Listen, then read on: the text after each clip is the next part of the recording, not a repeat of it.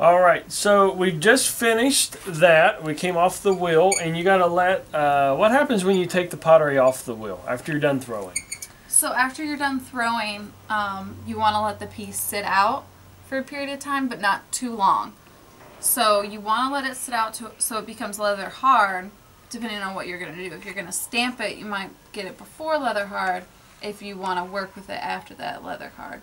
So, but if you leave it out for too long and you forget about it, it can become bone dry, and then you can no longer use it. You got to start over. You got to start over again. So yeah, there's a delicate. There's a window of opportunity. Window of opportunity. And it is small. Yeah. Now, do you just throw it into the kiln like that, or you said you can stamp it?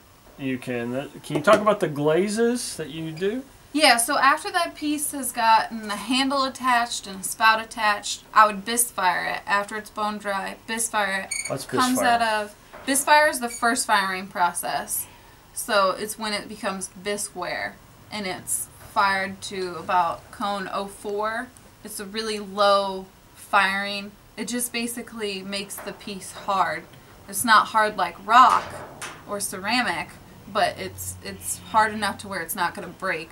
Just you're not going to get your little fingerprint. Yeah, you're not going to get any nicks or like a fingernail mark. It's hard. So there's more than one firing. Huh? Yes. First firing is bisque firing. Then the second firing is when you apply glaze. So you can use glaze that you've mixed up in your own studio, or you can use commercial glazes. You can mix the two, use both. So you would apply that to bisque funky ware. Stuff here, right? Yes. Like dip and slip. And dip it. Spray it, sponge it, paint it, whatever kind of way you can get glaze on it is totally workable. So after you've bisqued it, you've applied glaze, then it goes into the kiln again for the second time, and then it becomes ceramic at that point. Two firings. Okay. But you can't fire it more than twice.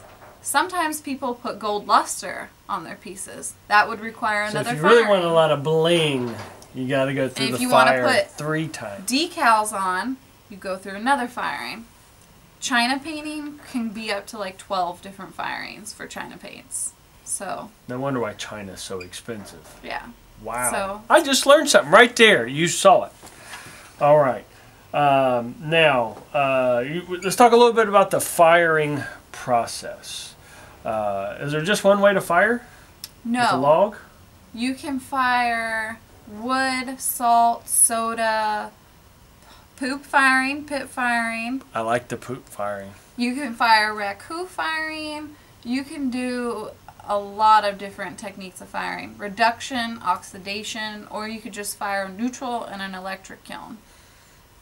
Well, and then your electric kiln is what you have behind Anthony, right? That's yes. What you use, I fire right now in an electric kiln, but I've fired in a reduction kiln previously in college, which was amazing, but I don't have millions of dollars to make a nice gas kiln here in my garage. What about poop firing? Have you ever done that? I have never pit fired. I've raku fired, and I've done a type of pit firing, but not with poop. We used hay and different things like that, but we didn't use poop. I'd just like to do it, just say I've done it. Just say I've done poop firing. All right, now, there's this exact science, right, to firing? Yes, there's temperatures and cones and lots of different ways you have to do it to make the piece come out the way you want. And there's lots of ways to mess it up. Well, what are some of the ways that it's messed up? So if you use a clay body that doesn't mix well with your glaze, like they're not compatible, you'll get glaze defects like crawling or shivering where the glaze is rejected off of the clay. And sometimes you can fire too hot and then your glaze will just run off of your piece completely. Or you didn't fire hot enough, the clay didn't get hot enough, the glaze didn't get hot enough, and then you have to refire. So there's even a lot of intentionality and watching and really paying attention to how you fire, even though it's really hot and looks like you're away, but you're there. Now, can you tell us a little bit about these things right here? These are cones, and you use, they're made in a factory where each cone is made to melt at a certain temperature. And you have a chart, which is called the pyrometric cone equivalency chart. Say that one more time. Pyrometric cone equivalency chart. So each cone levels out to a certain temperature. So for example, cone 6 fires, it'll melt at 2232, which is 2,232 degrees. So that cone will melt at 2,232 degrees. And the melting is knowing when it's over. Yeah, right? So if the cones are like this, and this cone is all the way melted, this cone's all the way melted, I'm probably going to turn off my kiln then. If this one's melted, I'm probably going a little too hot. And at that point, I would probably want to stop.